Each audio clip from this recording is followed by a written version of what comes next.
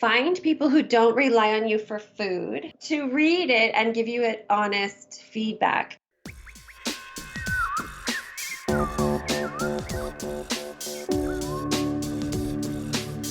My name's Peter Sumpton, and this is the Marketing Study Lab podcast.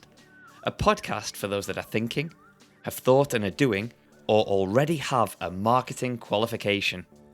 But there's a little bit of something for everyone, as we cover a whole host of marketing topics. I chat to some amazing guests, each one a superstar in their own niche. And if you have a burning marketing question already, or after this episode, get in touch. We'll chat it through. peter@marketingstudylab.co.uk, or find me on LinkedIn. The link is in the show notes. If you'd like to leave a review on iTunes, this will really help others find this podcast and spread the marketing word. Now let's get on with today's episode.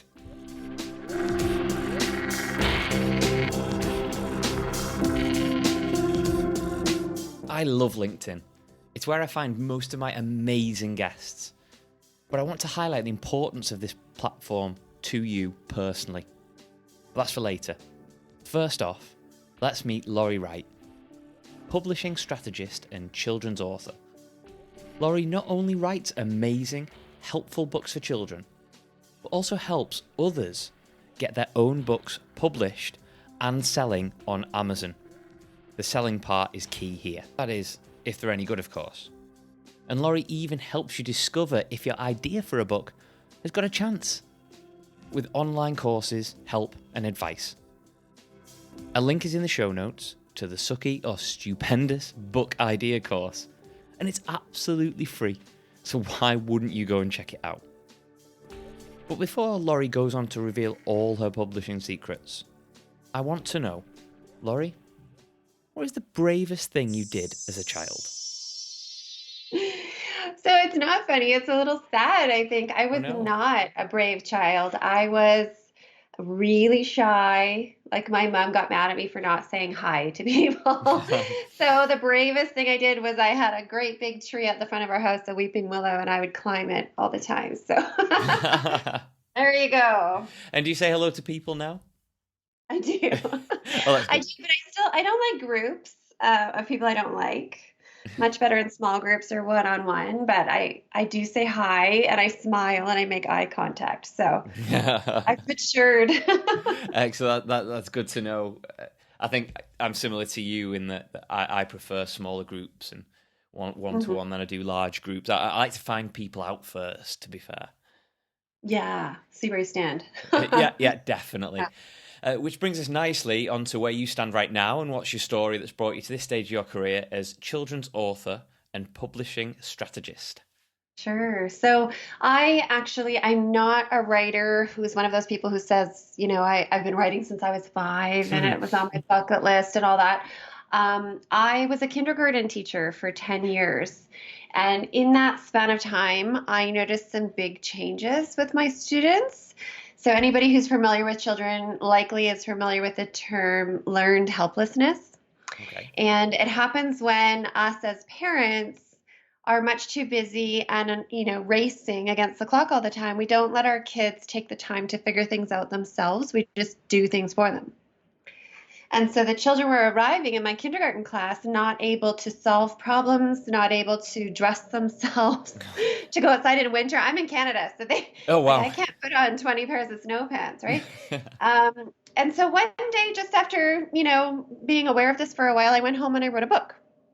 And that was 12 or 13 years ago now. And so self-publishing really wasn't a thing. I probably did a quick Google search and was overwhelmed and then just, filed the idea away, in a Word doc. And then life went on. So I got married. I had 3 kids. I was a stay-at-home mom for about 8 years. And I was getting really restless, bored, slightly resentful.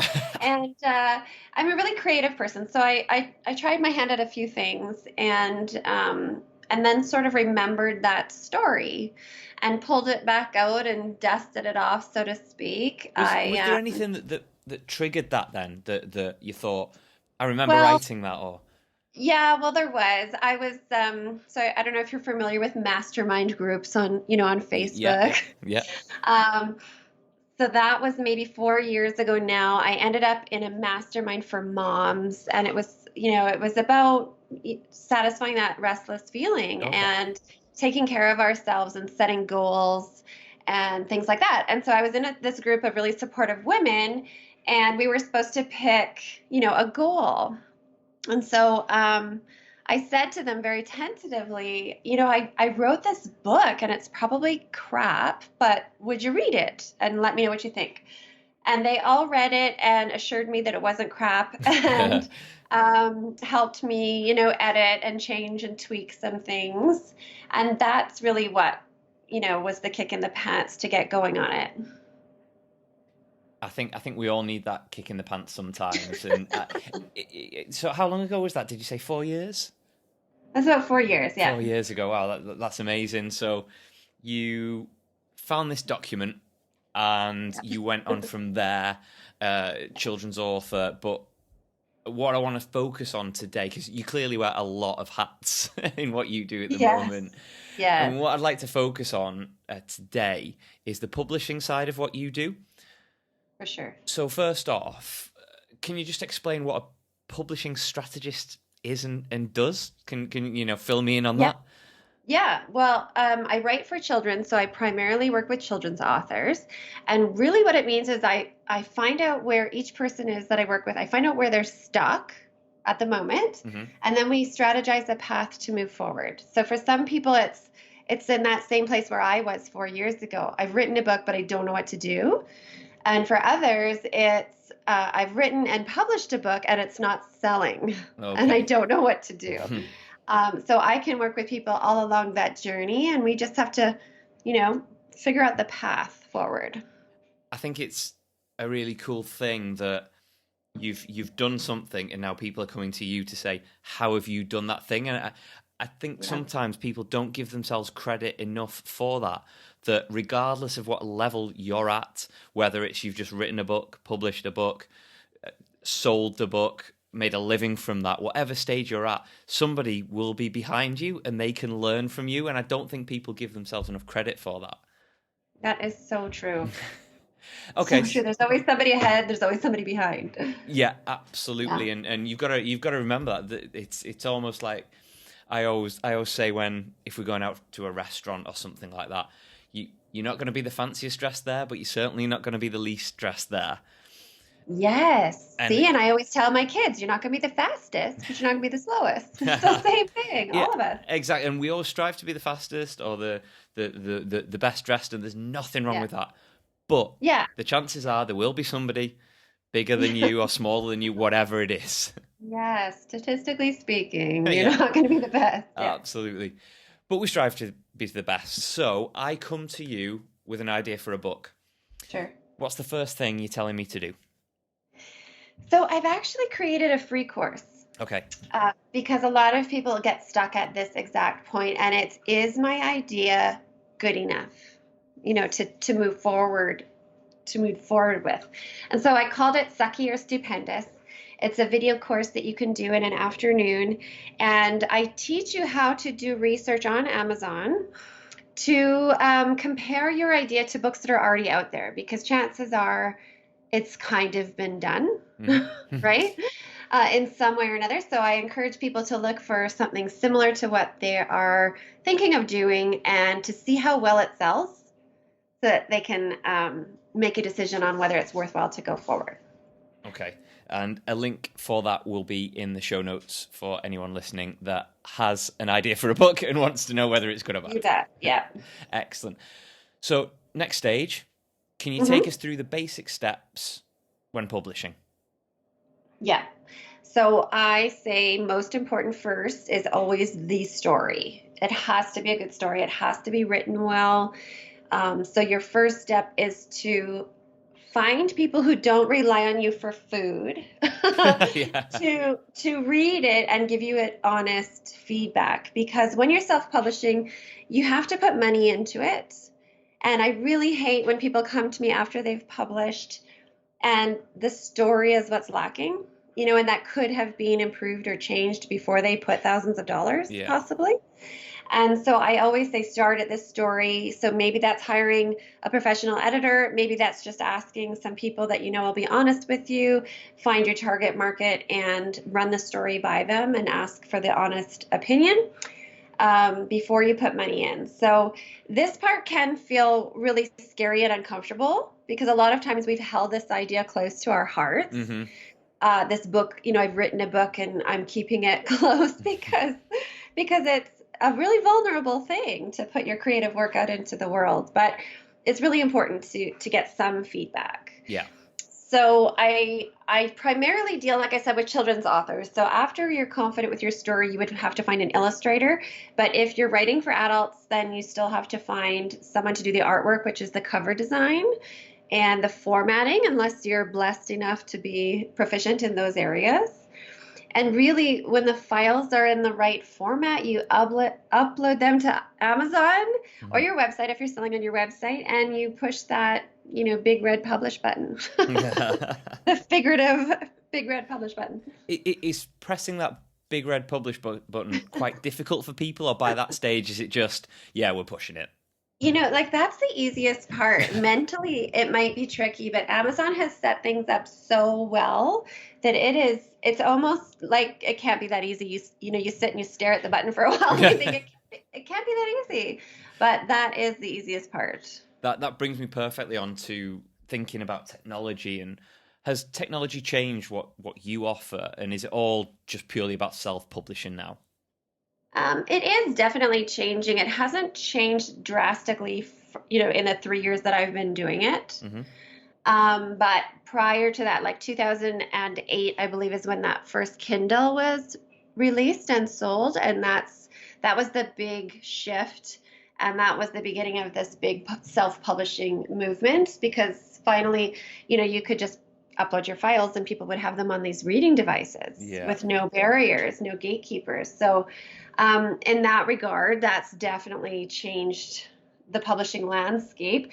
But just using me as an example, I have two illustrators, and one's in Spain and one's in the UK. I'm in Canada. Yeah. So I have the ability to work with people all around the world. That's the wonderful thing about the times we live in now, is that I've met some fantastic, I love LinkedIn, and I've met some fantastic people on LinkedIn, and they are literally all over the world, and it's just amazing that we can build these relationships with them as well. Yes. Love it. I agree. Absolutely love it. In terms of the promotional side then, what works when launching a book, an ebook? What works when either pushing that big red publish button or before or after it? Well, I think everybody will understand the importance of reviews. If you've ever done any online shopping, you always go to the product with more reviews. Yeah.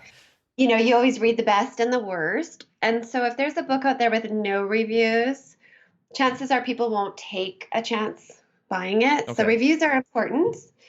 You want to maximize the page visits you get in the first month of your book being released, because it trains that Amazon algorithm.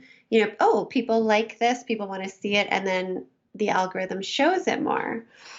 There's a natural sort of drop off in organic views on Amazon after the first month.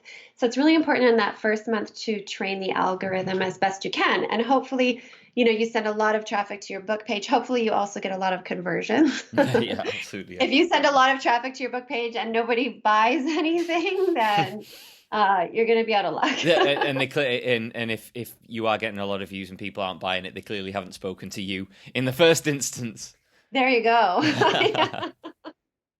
I mean, everything isn't lost if that should happen. It's not everything relies on the first month, but it is important, and it will just help you sort of ride that wave if you can do that, if you can get views and can get conversions. In terms of views, so one thing that when I'm doing workshops and it comes to reviews as a way of gaining traffic or gaining interest online, I always speak about for example, Harry Potter, and say even they get bad reviews. If you Yeah. if you see books say they've got 100 reviews and all of them are 5 out of 5, is there something Yeah. fishy going on there, or is it good to get a Yeah. couple of 4s, maybe 3s? I think it is. I Yeah, think it just makes it look really real. yeah, Because exactly the classics from history have one-star reviews, yeah. scathing, and Harry Potter, like you said. I mean, who doesn't like Harry Potter?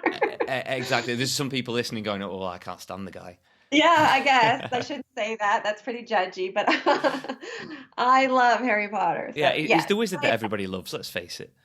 yeah, exactly. Your work is never going to please everybody, so it just makes it look real if you have a variety of star reviews. So we spoke about Amazon there. Is it just a no-brainer to be on Amazon? Like you have to literally be on there You now. know, it kind of is.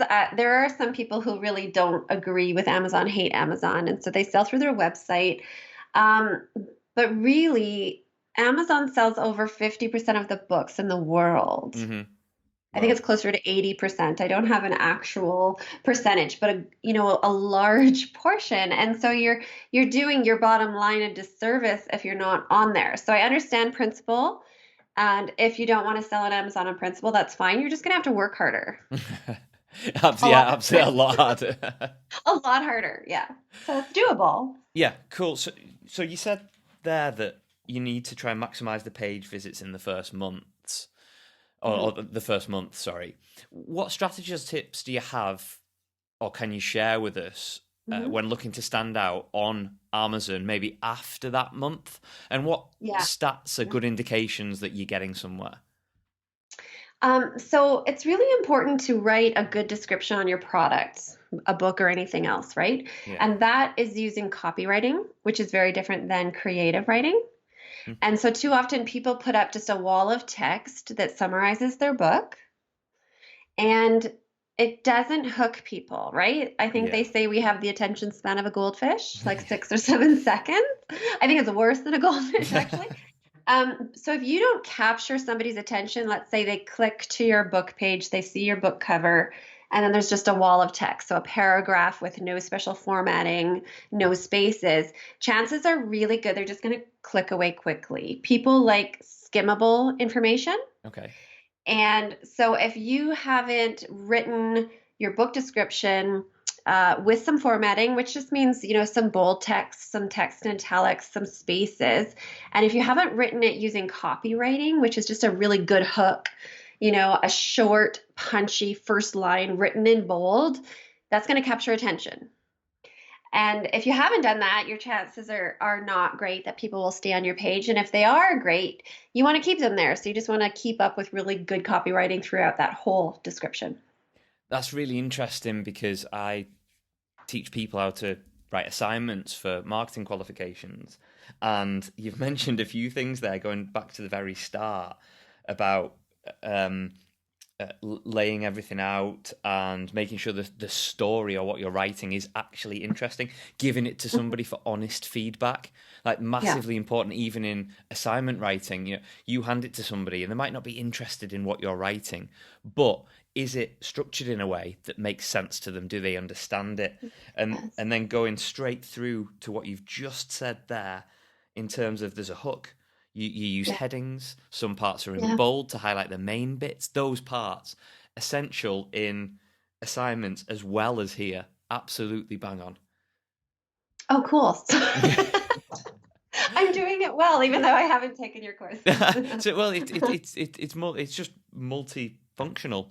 Yeah. These things are the basics. You've said creative writing, and that's got its own entity in its own place. But Mhm. copywriting as well, so important. So you could be a great creative writer, but that'll only take you so far. Then you'll probably have to speak to somebody or get somebody on board or learn a different Yes. style of writing. Learn yourself, or there's people that you can hire to do it for you. Yeah. But it's that important. Yeah, you can't neglect it. So, in terms of writing, what is your process? Um, and like I've just said, some of the things we've spoken about could Yeah. potentially be helpful for people writing exams or assignments. But in terms of your own writing process, what's this? So it's so simple that it might sound stupid. No, we Um, love simple. Simple's great. fair warning. My best advice is you have to be consistent. And so your butt just has to be in the chair, right? You have to set a schedule and keep to it and write consistently. So if that's an hour a day, 20 minutes a day, 10 minutes a day, you have to put your butt in the chair and you have to do it. Cool. And what is your style then? Do you do 10 minutes? Do you do an hour? Is it mornings, evenings? I am a really bad role model. Oh, great. Right, okay, that's the end of the interview. Thank you very much for joining us. And bye-bye. Um, I have fallen in love with all the other aspects, the actual marketing, the publishing, all that kind of stuff. And I write children's books. So I am I am a really bad role model because I wait for the inspiration for a book, which can come in a variety of ways. My daughter in the springtime had a worm in a Ziploc bag in her bed at bedtime. And it caused chaos in my house for about an hour. And the next day, she was still really upset because I didn't let the worm live in the Ziploc bag in her bed. Oh, you're evil. I said, I know I'm horrible. I said, well, we could write a book. Let's write a book about your worm, which is not published yet, so don't go looking for it. But Okay. so I wait for inspiration, and then I can usually bang it out pretty quickly. But somebody writing a paper or a nonfiction book or a novel can't wait for inspiration and bang it out quickly, right? Yeah. So then you really do have to sit in your chair. And I feel like people have different rhythms. So maybe your rhythm is that you love to write first thing in the morning. And so in which case you should get up and get to your computer and not turn on any social media or anything, no email programs, and just write. But if your rhythm, maybe you're creative, in the evening, some people are night owls, you really have to be self-aware enough to know your rhythm and when it's best for you to have the button chair kind of time, and then honor that and do that. Yeah, it's all about that consistency and almost dedication as well. Yes. Yes. Speaking of dedication, I don't know how this is a segue to quickfire questions, but I'm going to make it one anyway. Are you ready for some quickfire questions? You bet. Brilliant. Name one must-read business book. I would say The Slight Edge by Jeff Olson. Oh, I haven't read that one. Excellent.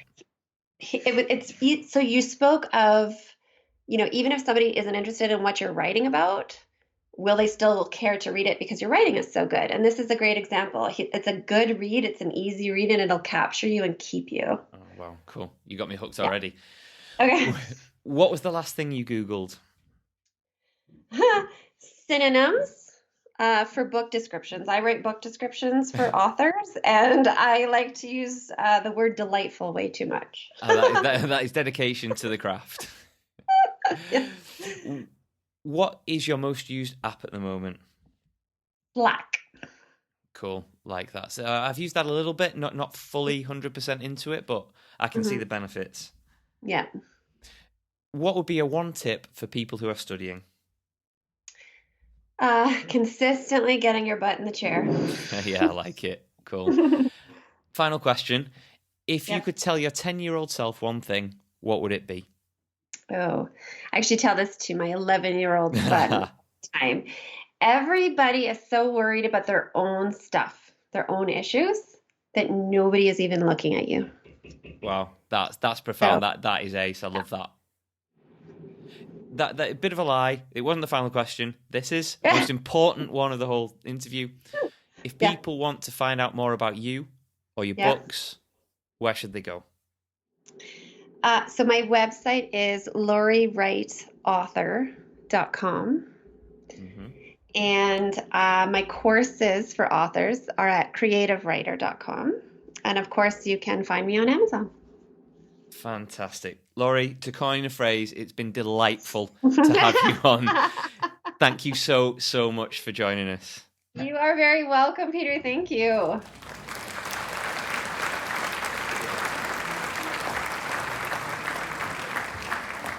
Thank you so much for joining us on Marketing Study Lab, Laurie. It was great to chat to you about all things book and publishing related. But what are my takeaways here? Well, the first one is that Laurie was kind enough to take us through the steps to getting a book published online.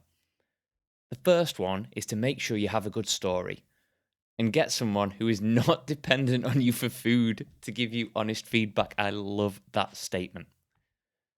Secondly, find an illustrator, even if it's just for the cover artwork. We say don't judge a book by a cover, but a good cover can certainly draw you into a book at first glance.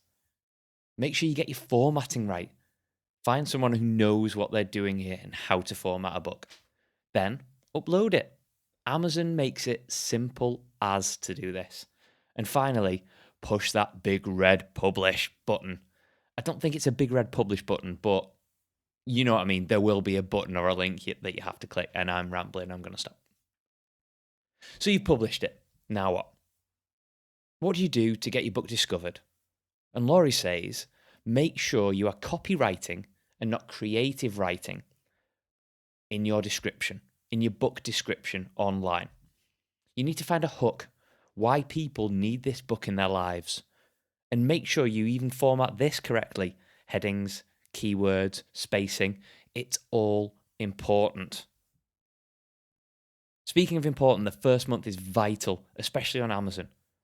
And in this first month and thereafter, reviews are your lifeblood. And finally, taking you right back to the start, be consistent. Laurie explains this in terms of writing a book, but I think it goes much more further than this.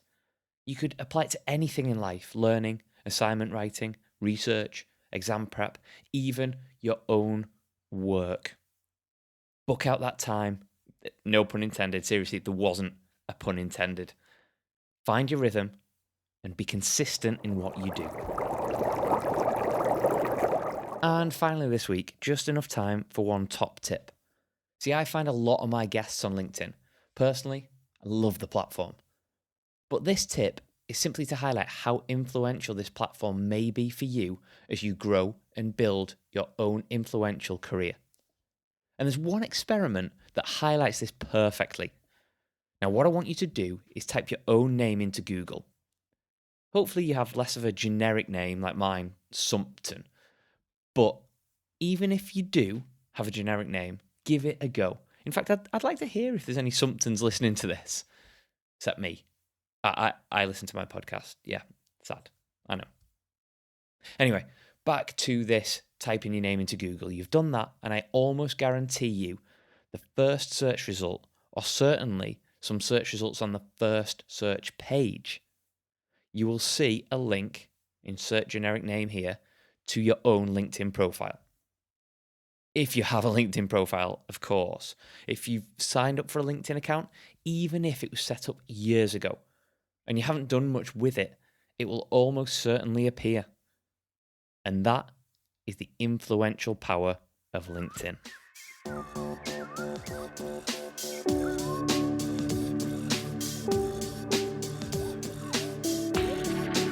Thank you so much for joining us today on Marketing Study Lab. It really means the world that you're listening to this out there. And hopefully I've provided you some value.